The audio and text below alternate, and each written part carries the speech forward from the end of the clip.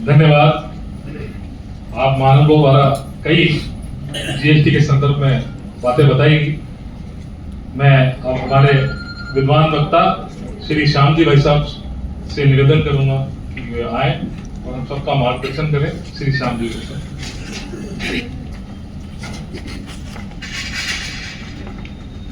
भारत माता की जय हो। भारत माता की जय हो।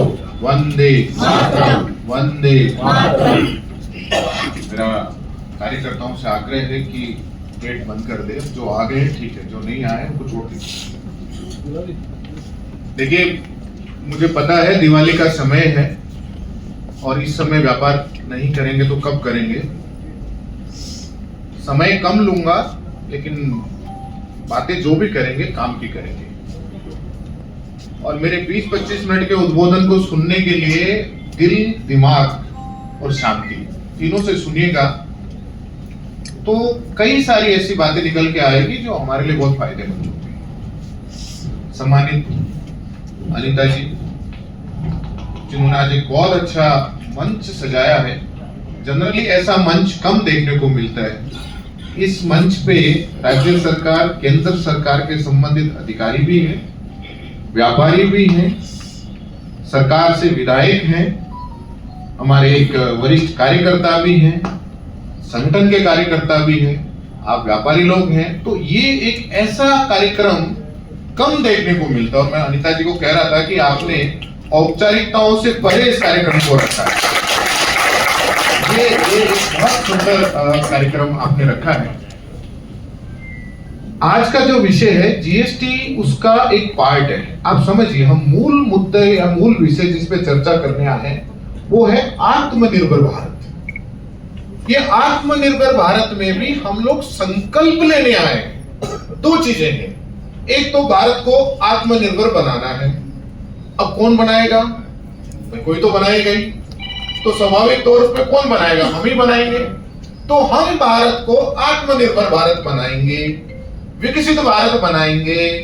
कब तक बनाएंगे? 2047। 2047 तो मैक्सिमम है। ऐसा नहीं है कि 2036 में बन रहा है तो नहीं बनाएंगे भाई। 2047 से तो आगे जाने ही नहीं देना है।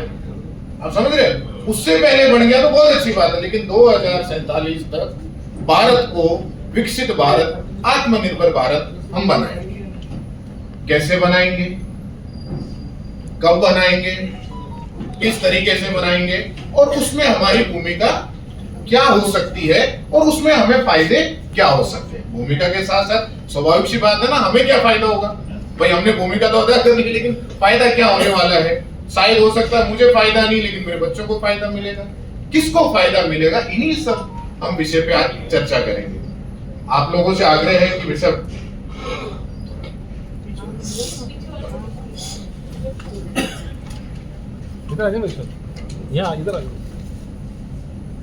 देखिए, जब हम आत्मनिर्भर भारत की बात करते हैं तो थोड़ा सा दृष्टिकोण बड़ा रखेंगे। किस्सा है जो मैं अक्सर सुनाता हूं। गांव में एक कुएं में मेंढक का परिवार रहता था। वो मेंढक का परिवार बहुत खुश था। जैसे था ना, मोदी जी से पहले एक दुनिया अलग ही थी। तो एक दिन उस कुएं में समुद्र का मेंढक का परिवार आ गया। समुद्र से कोई मेंढक का परिवार आ गया। अब वो कुएं का मेंढक का परिवार कुएं से कभी बाहर गया नहीं। तो उन्होंने समुद्र के मेंढक से पूछा, भाई कहां से आए हो तुम? तो उन्होंने कहा समुद्र से आए हैं। तो बोले समुद्र क्या होता है? क्योंकि वो तो कभी देखा नहीं था उन्होंने। तो उन्होंने कहा समुद्र एक ऐसी जगह होती है जहां खूब सारा पानी होता है। तो उनको कहा यार ऐसा तो हो नहीं सकता है, ऐसे कोई जगह ही नहीं होती जहां इतना पानी होता है। तो उसने कहा भाई ये देख, मेरा कुआं देख रहा है, इतना पानी होता है क्या? तो समुद्र के मेंढक ने कहा कि इससे ज्यादा होता है। तो उसको लगा समझने में कुछ गड़बड़ है। तो उसने कुएं की एक दीवार से दूसरी दीवार की तरफ जंप किया। क्या तुम्हारे समुद्र में वाकई में इतना पानी? देख मेरे कुएं में कितना पानी। ऐसे उसने समझाने की कोशिश करी। तो समुद्र के मेंढक ने कहा भाई मेरा समुद्र इतना बड़ा है कि तुम्हारे कुएं जितने तो पता नहीं लाखों करोड़ों कुएं आ जाए, इतना पानी हो जाए। तो उस परिवार ने चर्चा करी और तय किया, बोला यार ये आदमी फर्जी है, ये मेंढक फर्जी है। ऐसी जगह इस ब्रह्मांड में हो ही नहीं सकती थी जिसमें हमारे कुएं से ज्यादा पानी हो। तो उन्होंने तय किया इस फर्जी आदमी को यहाँ से निकालो और उन्होंने उसे उठा करके उस समुद्र के मेंढक को फेंक दिया। अब आप मुझे बताओ ऐसा करने से ये सच्चाई बदल जाएगी क्या? समुद्र कुएं से बड़ा है तो है, ये तथ्य भी है और ये सत्य भी है। तो आज की डेट में भारत विकसित भारत बनने की ओर अग्रसर है, बन रहा है, आत्मनिर्भर भारत बन रहा है और बनेगा। ये तथ्य भी है, ये सत्य भी है। कुछ लोगों को पता है, वो मानने को तैयार नहीं। कुछ लोगों को पता करना चाहिए, वो पता नहीं करना चाह रहे।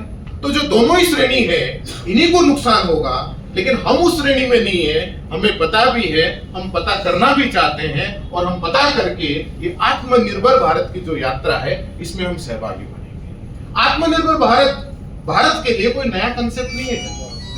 ये कोई ऐसी बात नहीं कि 2020 में कोविड के समय में मोदी जी ने इस शब्द को गढ़ा हो। आत्मनिर्भर भारत तो हमारी संस्कृति का हिस्सा रहा है। हम तो प्रकृति की पूजा करने वाले लोग हैं। हमने तो प्रकृति से आत्मनिर्भरता सीखी है। हमने तो प्रकृति से स्वावलंबी बनना हमने प्रकृति से सीखा है। हमारा वैदिक काल हो, हमारा रामायण काल हो, महाभारत काल हो, हमारा भक्ति काल हो, स्वामी विवेकानंद जी का समय हो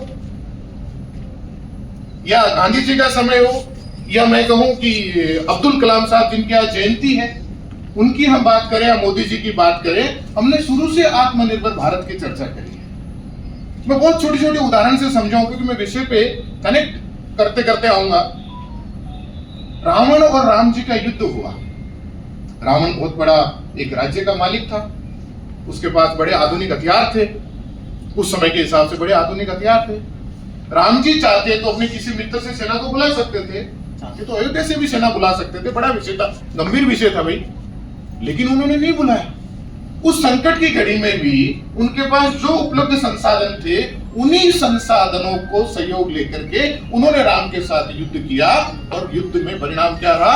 राम जीते। आप देखिए, लोकल संसाधनों का, सीमित संसाधनों का बेहतरीन तरीके से उपयोग करके उन्होंने रावण जैसे शक्तिशाली व्यक्ति को भी हरा दिया।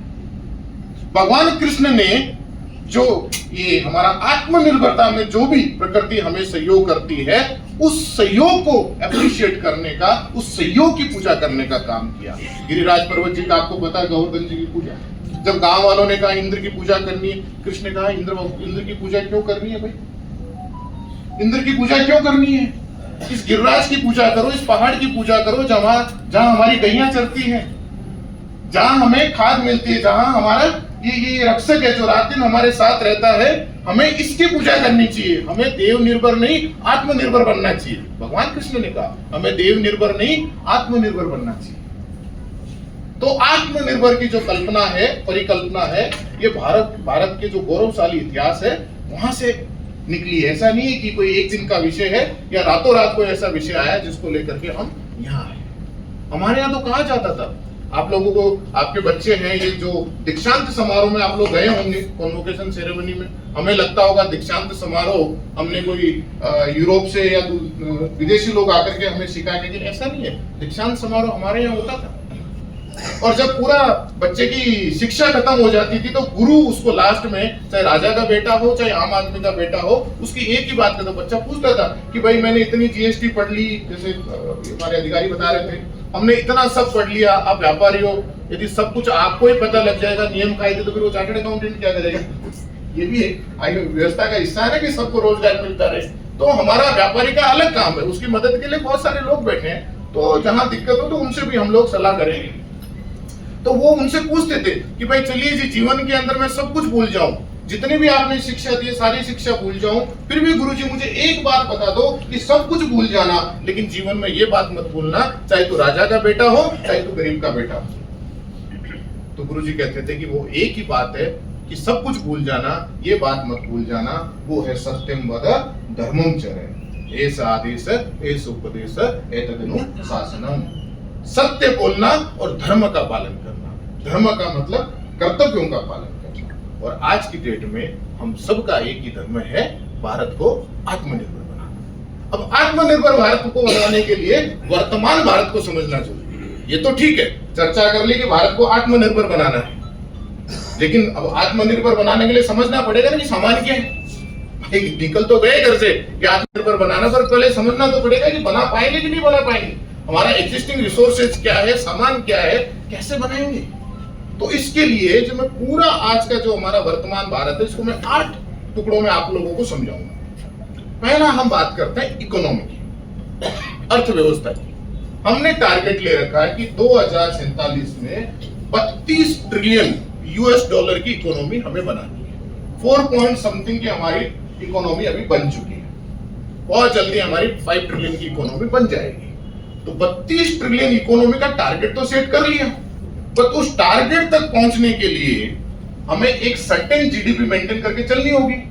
हालांकि आज की डेट के अंदर हमारा जो जीडीपी है 6.4 या उससे अच्छा प्रोजेक्शन इंटरनेशनल मॉनेटरी फंड ने दे रखा है, और आप लोग अपने आप पे गौरवान्वित महसूस कर सकते हैं, गर्व का महसूस कर सकते हैं कि पूरी दुनिया में एकमात्र हमारा देश है जिसकी जीडीपी 6 से ऊपर है, बाकी कंट्रीज की तो माइनस में। तो अच्छी बात यह है कि हम एक अच्छी जीडीपी लेके चल रहे हैं, लेकिन इस जीडीपी को और बढ़ाना है यदि हमें 32 ट्रिलियन का टारगेट लेके चलना है।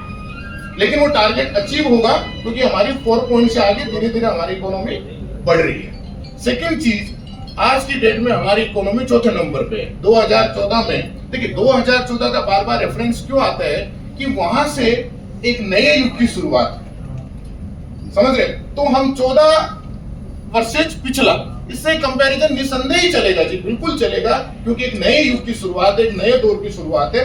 तो 2014 में जहां हमारे 10वें नंबर की अर्थव्यवस्था थी, आज हम चौथे नंबर की अर्थव्यवस्था पे आ गए। हमारा एक्सपोर्ट 127 टाइम्स मल्टीप्लाई, 127 गुना हमारा एक्सपोर्ट बढ़ा है। ये जो जितने भी मैं आंकड़े आप लोगों को बता रहा हूँ, ये तो बहुत छोटे बता रहा हूँ, कुछ लास्ट में मैं बताऊंगा कि कुछ जगह हैं जहां कुछ वेबसाइट्स हैं, वो आप लोगों को रेगुलर विजिट करते देखते रहना चाहिए। हमें टेक्नोलॉजी का ज्ञान नहीं, हमारे परिवार में बच्चे होंगे, उनको कहा कि बेटा ये जो इन्वेस्ट इंडिया है, जरा इस वेबसाइट को देखना, पिछले हफ्ते 10 दिन में कोई नई बात आई है कि नहीं आई। NarendraModi.in पे देखना, कोई नया कोई फोटो उन्होंने एक ग्राफिक्स बना करके लगाया है कि नहीं लगा। कुछ चीजें आप रेगुलर देखने की आदत डालो। खुद को मान लीजिए हमारे को थोड़ा ज्ञान अनुभव नहीं, तो परिवार में बच्चों को कहो कि बेटा एक हर हफ्ते कोई भी जरा नया चेंज आया है मुझे बताना, क्योंकि हमें लोकल को भी जानना है, हमें नेशनल लेवल पे क्या परिवर्तन हो रहा है उसको भी जानना है, हमें दुनिया पे क्या परिवर्तन हो रहा है उसको भी जानना है, क्योंकि आत्मनिर्भर बनना है तो पूरी दुनिया की व्यवस्था को समझना पड़ेगा जी। अभी तो बाउंड्री खत्म हो गई ना, बॉर्डर खत्म हो गए। टेक्नोलॉजी के जमाने में बॉर्डर रहे कहाँ है? इस टेक्नोलॉजी ने तो बॉर्डरलेस दुनिया बना दी, बॉर्डर है ही नहीं। इसलिए अमेरिका में क्या हो रहा है वो हमें रियल टाइम पे यहाँ समझना पड़ेगा, हमारे यहाँ क्या हो रहा है वो अमेरिका समझ रहा है। तो इकोनॉमी के अंदर, और एक चीज, हमारी जो इकोनॉमी है लार्जेस्ट, फास्टेस्ट और स्टेबल इकोनॉमी है, सबसे तेज गति से बढ़ रही है। और मैं जितने भी बातें कह रहा हूं, आप सब पढ़े लिखे लोग हो, आप इसको जाकर के वेरीफाई करिए। लोग कहते हैं ना सुनो सबकी, नहीं मन की नहीं करनी है, सुनो सबकी, वेरीफाई करो, फिर मन की करो। क्यों करके मन तो बावड़ा है, उसको जैसा इनपुट दोगे वैसा आउटपुट दे देगा। मैं कहूंगा बहन जी अच्छी है तो बहन जी के बारे में अच्छे विचार आएंगे, बहन जी खराब है तो खराब विचार आएंगे। वेरीफाई करो भाई, हम जो कह रहे हैं वेरीफाई करो। ऐसा नहीं है कि मैंने जो कहा आपने गए और मान लिया, वेरीफाई करो। हमारे प्रधानमंत्री कहते हैं वेरीफाई करो, भारतीय जनता पार्टी का कोई कार्यकर्ता बात करते हैं वेरीफाई करो, कहीं कोई दिक्कत नहीं है, ऑथेंटिक बात करना है। कोविड के अंदर आप देखिए दुनिया की इकोनॉमी जो रिकवरी हुई थी ना, उनकी रिकवरी कैसी थी? यू शेप में, यूं नीचे आई, बढ़ी रही, फिर उठी। कुछ इकोनॉमी कैसे थी? के शेप में, ऐसे गई ऐसे आई, कभी ऊपर कभी नीचे। भारत एकमात्र ऐसा देश था जिसकी कोविड में रिकवरी वी शेप में थी, यूं आई और यूं गई, यूं आई और यूं गई। ये सारी बातें मैं क्यों कह रहा हूं? क्योंकि मैं विश्वास दिलाना चाहता हूं कि हम 2047 तक विकसित भारत बनेंगे। जब आपको भरोसा होगा उसके बाद ही तो आप सेकंड स्टेप लेंगे ना, जो हम चर्चा करेंगे। दूसरी मैं बात करूं, अच्छा एक देखिए कितनी बड़ी घटना है, कल LG का IPO आया, आप लोग शेयर मार्केट में लगाते हो। NSE के प्लेटफॉर्म पे वहां के MD ने, जो विदेशी व्यक्ति है, कभी देखा आपने कि विदेशी व्यक्ति, उसने पूरा का पूरा भाषण हिंदी में दिया। सुनना उस भाषण को आप, मोदी जी को धन्यवाद दिया। हम कहते हैं ना कि हमारी भाषा को दुनिया देख के रशिया में जाओ रशियन बोलते, आज विदेशी लोग हिंदुस्तान में आकर के हिंदुस्तानी भारतीय भाषा के अंदर, वो जरूरत नहीं थी जी उनको, फिर भी भारतीय भाषा में एलजी का एमडी ने वहां पे भाषण दिया। ये क्या है? ये छोटी छोटी घटनाएं दिखने में बहुत छोटी है, लेकिन इनका असर बहुत व्यापक है। दूसरी मैं बात करूं तो दूसरा है इकोनॉमी। आप समझो इकोनॉमी हमारी धीरे धीरे बढ़ रही है, बहुत जल्दी हम तीसरे नंबर पे आ जाएंगे। अब आप समझिए ना, यदि 10वें से तीसरे नंबर पे आए हैं, और ये जो तरीका मैंने तो डिजाइन किया नहीं, मोदी जी तो डिजाइन किया नहीं, ये तो पूरी दुनिया में एक तरीका तो एक ही होता है ना कैलकुलेशन का। तो दुनिया मान रही है ना, ये डाटा तो हमारे नहीं है, इट मीन्स दुनिया कह रही है, तो फर्जीवाड़ा तो कुछ है ही नहीं ना। तो इट मीन्स हम तीसरे नंबर पे आ रहे हैं, तो कोई तो बात है। दूसरी बात करते हैं बिजनेस रिफॉर्म्स की। आज की डेट में जैसा आपने जीएसटी की चर्चा करी, जीएसटी इतना बड़ा रिफॉर्म है, ये कल्पना से बाहर है। अब आप इसको पागल भी कह सकते हो। भाई मैंने आप पे 18% टैक्स लगा रहा हूं पिछले 10, 15, 20 साल से। जनता मान ले भाई, मुझे पता है मैं बाजार में जाऊंगा, मेरे इस ब्रेड पे इतना लगेगा, घी पे इतना लगेगा, उस पे इतना लगेगा, मैं दे रहा हूं, मुझे कोई तकलीफ भी नहीं, क्योंकि मेरी तो आदत पड़ गई। तो मेरी जेब में कमाई आ रही है, कोई व्यापारी के कमाई आ रहा है, तो कौन व्यापारी होगा जो अपनी आती हुई कमाई को कम करेगा कि चलो भाई ठीक है, ये काम करता हूं, मैं कमाई करता हूं, कम करता हूं, तो वापस ले जाए? ऐसा कोई करता है? सरकार ने अपने टैक्स में से आप देखिए लगभग 2 लाख करोड़ अभी इमीडिएटली कम हो रहा है और जनता को वापस दिया। वापस तभी तो दिया ना जब टैक्स आया। टैक्स क्यों आया? देने वाले तो आप और हम ही लोग हैं ना। पहले लगभग लाख, 1.25 लाख करोड़ लोग इनकम टैक्स रिटर्न भरते थे, अब 7, 7.25 लाख करोड़ लोग इनकम टैक्स रिटर्न भर रहे हैं। ऐसा क्यों? भरने वाले हम ही लोग हैं ना। पहले टैक्स कलेक्शन कितना होता है? 7 लाख करोड़ के आसपास होता था, अब 22-23 लाख करोड़ के आसपास डायरेक्ट टैक्स कलेक्शन होता है। इनडायरेक्ट लगभग 22 लाख करोड़ के आसपास होता है। हमारा जो बजट का साइज है 50 लाख करोड़ हो गया, जो पहले 16-17 लाख करोड़ हुआ करता था, पहले कब था? 2014 के आसपास। यही देश है, अमीर लोग हैं, हमारे ही बच्चे टैक्स दे रहे हैं, तो कोई तो बात है ना भाई। हमारे बच्चे टैक्स दे रहे हैं, हमें रिटर्न भर रहे हैं, हमारे टैक्स देने का मन कर रहा है, हम नहीं छिपा रहे हैं, तो कोई तो बात होगी ना कि क्या देश के नागरिक तो चोर थे नहीं ना, या कोई आए देश के नागरिक चोर है। तो धीरे धीरे जब टैक्स बेस बढ़ता है, आप देखिए जीएसटी का बड़ा एक इकोनॉमी में बड़ा फायदा होता है। जब आपका टैक्स कम होता है तो आपकी जेब में पैसा ज्यादा आता है, पैसा ज्यादा आता है तो आप खर्चा ज्यादा करते हो, खर्चा ज्यादा करते हो तो डिमांड बढ़ेगी, डिमांड बढ़ेगी तो उत्पादन बढ़ेगा, उत्पादन बढ़ेगी तो नौकरियां लगेगी, नौकरियां लगेगी तो फिर पैसा आएगा, फिर पैसा आएगा, फिर टैक्स दोगे। ये पूरी एक साइकिल है। सिर्फ ये ऐसा नहीं है कि 12 को खत्म कर दिया, 28 को, ये पूरी एक साइकिल है इकोनॉमी के अंदर। और जब ये साइकिल चलती है तो इससे जीएसटी का रजिस्ट्रेशन 3 दिन के अंदर, अभी ये अधिकारी अपने को रजिस्ट्रेशन दे या ना दे, रजिस्ट्रेशन है साहब, 3 दिन में जो भी कमी है बताओ, नहीं तो ओके आपका रजिस्ट्रेशन हो गया। टेक्नोलॉजी का इस्तेमाल, कम से कम कंप्लायंसेज। तो जीएसटी एक इतना बड़ा रिफॉर्म है। इस रिफॉर्म को जानने के लिए और समझने के लिए एक दिन में समझ में नहीं आता, लेकिन आप लोग धीरे धीरे अपने जो चार्टर्ड अकाउंटेंट है, आपके एडवोकेट है, जिनसे भी आप सलाह लेते हैं, उनसे थोड़ी चर्चा जरूर करिए। जब आप चर्चा करना शुरू करेंगे तो आपको एक विषय समझ में आएगा। पूरी दुनिया में हमारा भारत एकमात्र ऐसा देश है जो सबसे कम कॉर्पोरेट टैक्स लेता है। आप एक कंपनी बनाई अभी, मात्र 15% टैक्स। आप मुझे बता दीजिए दुनिया में ऐसा कौन सा देश है जो कॉर्पोरेट पे इतना कम टैक्स लेता है? 15%। तो टैक्स कम करके भी कलेक्शन बढ़ रहा है, ये है मैनेजमेंट। टैक्स कम करके भी कलेक्शन बढ़ रहा है, तो इसका मतलब सरकार का मैनेजमेंट ठीक है ना। मैं टैक्स कम भी कर रहा हूं, लोगों को डायरेक्ट बेनिफिट के माध्यम से, जनधन के माध्यम से, ये जो योजनाओं के माध्यम से पैसा दे भी रहा हूं, और मेरा कलेक्शन भी बढ़ रहा है। तो आप लोग कभी सोचिए कि आप कितना गजब का मैनेजमेंट होगा कि इतना सब करने के बावजूद भी कलेक्शन बढ़ रहा है, और कलेक्शन बढ़ने का फायदा तो हमें मिलेगा कि नहीं, मिल ही रहा है। एक सबसे जो इंपॉर्टेंट बात है, बिजनेस में आप लोग व्यापारी है, मुझे नहीं पता कितने लोग हैं जिनकी लिस्टेड कंपनी है, या कितने लोग हैं जो आईपीओ लाना चाहते हैं। अभी देखिए बहुत छोटी छोटी कंपनियां भी आईपीओ से पैसा लेके आ रही है। अभी जो आपकी एसएमई है, वो एसएमई आईपीओ बहुत आ रहे हैं। 5-10 करोड़ की जरूरत पड़ गई मेरे को, 20 करोड़ की, 100 करोड़ की, 50 करोड़ की। पहले मैं बैंक से लोन लेता था, डेट में जाता था, अभी मैं आईपीओ ला रहा हूँ। और आप देखिए, मतलब आपको पिछले कुछ सालों में ऐसा कोई आईपीओ नहीं मिलेगा जो फेल हुआ हो। आप जो अच्छे जो व्यापार कर रहे हैं वो लोग समझ सकते, बहुत सारे लोग आईपीओ की प्लानिंग भी कर रहे होंगे, और नहीं कर रहे तो समझिए, ये आईपीओ को भी समझिए, ये भी एक तरीका है पैसा लेने का। हमारे सारे आईपीओ सक्सेस हो रहे हैं। क्यों? आप देखिए 2014 से पहले हमारा जो बिजनेस जो ईज ऑफ डूइंग बिजनेस था, उस ईज ऑफ डूइंग बिजनेस में हमारा 143वां नंबर था और आज हमारा 61वां या 62वां नंबर है। ये जो जीएसटी की चर्चा कर रहे थे, उस समय लगभग मेरे ख्याल से एक कंपनी बनानी होती थी। आप में बहुत सारे लोग हैं जो बहुत पहले उस दौर में जिन्होंने काम किया है। उस समय एक कंपनी बनाने पे लगभग मेरे ख्याल से 50 से 60 ऐसे कानून होते थे जो कंपनी के ऊपर लागू होते थे। तकरीबन 20 से 22 प्रकार के इंस्पेक्टर आते थे। वहां मुख्यमंत्री की इतनी इज्जत नहीं होती थी जितनी वो दुकानदार इंस्पेक्टर की इज्जत करता था। वो एक बार मंत्री जी को फिर भी कहते था, साहब आपसे 5 मिनट बात करूंगा, जीएसटी वाले इंस्पेक्टर साहब आए हैं, पहले इनको चाय पानी पिला दो। ये दौर आपने देखा है, काफी हद तक मैंने भी देखा है। हो सकता है शायद अभी 15, 16, 17 साल के बच्चे हैं, उन्होंने नहीं देखा होगा, लेकिन ये दौर आप लोगों ने देखा है। और आज देखिए 3 दिन के अंदर तैनात हो तो नहीं तो भैया सर्टिफिकेट आ जाएगा सीधा, चलो जी हो गया, अभी घर परिवार का ध्यान रखो। तो बिजनेस रिफॉर्म्स के अंदर दूसरा, देश के अंदर रिफॉर्म हो रहे हैं। वो सारी बातें जो कर रहा हूं जो है वर्तमान है, कहते ना गौरवशाली इतिहास हमारा, वर्तमान है महान, है ना। तो ये वर्तमान भी महान है हमारा। अब हमें भविष्य की चिंता करनी है, भविष्य के बारे में सोचना है।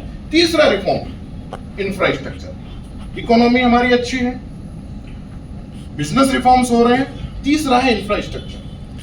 अभी लगभग 13 लाख करोड़ का बजट में हमारे सेंट्रल बजट में प्रोविजन रहा इंफ्रास्ट्रक्चर को लेकर।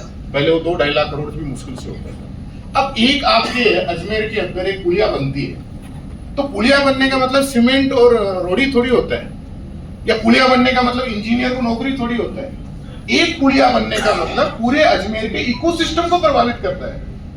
उसमें कितने सारे लोगों को ये प्रत्यक्ष या अप्रत्यक्ष रूप से रोजगार क्रिएट होता है। हम जो कहते हैं साहब कई बार कि देखिए इन्होंने तो नौकरियां कहा दी, 2 करोड़ नौकरियों का वादा किया था, कहां है 2 करोड़ नौकरियां आप टोटलिटी में देखें ना। आत्मनिर्भर क्या है, यही तो है ना हमारा जो पुरानी काल में गाँव का एक इकोसिस्टम था। गांव में होता था ना, आत्मनिर्भर क्यों नहीं था उस समय जब हम कनेक्ट नहीं थे। एक गांव में नाई भी होता था, गांव में कारपेंटर भी होता था, गांव में ब्राह्मण भी होता था, गांव में किसान है, गांव में बढ़ई है, गांव में शादी ब्याह कुछ भी हो, वो एक गांव या एक दो आसपास के गांव मिलकर के सारे काम होते थे कि नहीं होते थे। वो आत्मनिर्भरता का सबसे बड़ा उदाहरण था हमारा गांव। तो जब हम उस दौर के अंदर आत्मनिर्भर रह सकते थे, तो अभी तो टेक्नोलॉजी का जमाना है। तो इंफ्रास्ट्रक्चर के अंदर हम दुनिया में, हमारे पास सबसे बड़ा रेल नेटवर्क है, हमारे पोर्टवे है, हमारे हाईवे है, अभी ग्रीन फील्ड इंडस्ट्रियल कॉरिडोर आ रहे हैं, स्मार्ट इंडस्ट्रियल सिटी आ रही है आपके अजमेर के अंदर। आप बात करिए, आपके विधायक है, सांसद है, इनसे बात करिए कि अजमेर में हम कहाँ इंडस्ट्रियल सिटी डेवलप कर सकते हैं, हम ग्रीन कॉरिडोर कहाँ बना सकते हैं, हम ग्रीन लॉजिस्टिक में क्या काम कर सकते हैं। आप बात करिए ना, चर्चा करिए, चर्चा करेंगे तो प्रपोजल जाएगा। और देखिए इलेक्टेड रिप्रेजेंटेटिव को आइडिया आप लोगों में से आएगा, आप लोग चर्चा करेंगे, चर्चा करके कोई आइडिया देंगे तो इनके पास आइडिया आएगा। जरूरी नहीं है कि जो विधायक बन गया, सांसद बन गया तो उसी के दिमाग में सारी चीजें आएगी। आप लोग भी चर्चा करके इनको आइडिया दीजिए। आपका जो इंद्रप्रस्थ गैस कंपनी है, मैं उसके बोर्ड में डायरेक्टर हूँ। देखिए सीएनजी अभी आपके यहाँ शुरू हो गया, तो अजमेर में बहुत स्कोप है इंफ्रास्ट्रक्चर में, सरकार बहुत काम कर रही है। आप अपने जनप्रतिनिधियों के मामले में इंफ्रास्ट्रक्चर। चौथा टेक्नोलॉजी, सबसे इंपॉर्टेंट विषय टेक्नोलॉजी, इसको समझना ही पड़ेगा जी, आपको कोई चॉइस नहीं। ये वो बाढ़ है जिसका सामना हमें करना ही पड़ेगा। अब हम कहें कि साहब हमारी तो उम्र हो गई, अब हमें क्या, ये बच्चे जाने, ये आजकल का धंधा जैसा भी है, हमारे तो समझ से बाहर है। देखिए ये सब बाकी अब छोड़नी पड़ेगी। टेक्नोलॉजी से तो समझना ही पड़ेगा, प्यार करना ही पड़ेगा जी, कोई इलाज नहीं करेंगे तो तकलीफ आएगी। क्योंकि दुनिया में अब बिजनेस, टेक्नोलॉजी, हेल्थ टेक्नोलॉजी, हर चीज के साथ टेक्नोलॉजी बढ़ गई है। टेक्नोलॉजी के फायदे भी हैं, नुकसान भी है। नुकसान अपनी जगह है, हम फायदों की बात करते हैं। तो टेक्नोलॉजी के साथ हमें सीखना ही पड़ेगा। अभी कई बार मैं मिलता हूँ 40-45 साल का व्यक्ति के, तो भाई साहब अभी हमारे तो समझ की बात नहीं है। अभी ये सब हमारे लिए व्हाट्सएप का मतलब क्या है, व्हाट्सएप का मतलब वो सिर्फ मैसेज भेजना है। अरे व्हाट्सएप का मतलब बिजनेस भी है, आप समझिए। व्हाट्सएप से कितना बड़ा बिजनेस कर सकते हैं, उस चीज को भी समझिए। हम समझना ही नहीं चाहते। तो मैं कहता हूँ क्यों नहीं समझता सर, साहब अब अपनी तो क्या उम्र हो गया, कहाँ उम्र हो गई, अभी हम तो 100 साल जीने वाले लोग हैं। ऐसे मरेंगे तो मरेंगे, लेकिन प्राकृतिक मौत मरेंगे। और जिस तरीके से हेल्थ हमारे देश में जो संसाधन इंप्रूव हो रहे हैं, उस हिसाब से हम लोग आराम से 100 साल जिएंगे जी, कहीं नहीं जाने वाले। वैसे जाएंगे तो जाएंगे, उसका इलाज नहीं तो सीखना ही पड़ेगा आप लोगों को टेक्नोलॉजी। आर्टिफिशियल इंटेलिजेंस, एआई सुना ना आप लोगों ने, सब सुनना नहीं तो गूगल करके जरूर समझो आर्टिफिशियल इंटेलिजेंस क्या। और मोदी जी ने तो इसको और अच्छे से डिफाइन किया है कि आर्टिफिशियल इंटेलिजेंस का मानी ऑल इंक्लूसिव, सबको साथ लेकर के चलना, ऑल इंक्लूसिव। तो टेक्नोलॉजी के अंदर हमारे लिए बहुत सारे विषय हैं जो गर्व करने लायक है। और दूसरी चीज, हमारे व्यापारी के नाते हमारे को एक भविष्य भी दिखा रहे हैं, लेकिन हमें उसका सामना करना ही पड़ेगा। और फायदा क्या है, अजमेर में बैठ के पहले हम सोचते थे अरे यार व्यापार करना तो राजस्थान में व्यापार करना तो जयपुर में ऑफिस होना चाहिए या दिल्ली बंबई में ऑफिस होगा तो ही हम बड़े आदमी बढ़ेंगे। अब टेक्नोलॉजी से वो सिस्टम खत्म हो गया। आप अजमेर में भी हेडक्वार्टर, हेड ऑफिस रख करके पूरी दुनिया में बिजनेस कर सकते हो। आज मोबाइल मैन्युफैक्चरिंग के अंदर हम दुनिया में दूसरे नंबर पे हैं। आज की डेट के अंदर हमारी डिजिटल इकोनॉमी नंबर 1 है। जो हमारा यूपीआई का ट्रांजैक्शन है, दुनिया का जितना यदि 100 ट्रांजैक्शन हो रहे हैं तो 50 ट्रांजैक्शन भारत से हो रहे हैं। हमारा जो कोविड के समय में हमने जो प्लेटफॉर्म बनाया था, लगभग दुनिया के 100 देशों ने उसको इस्तेमाल किया था।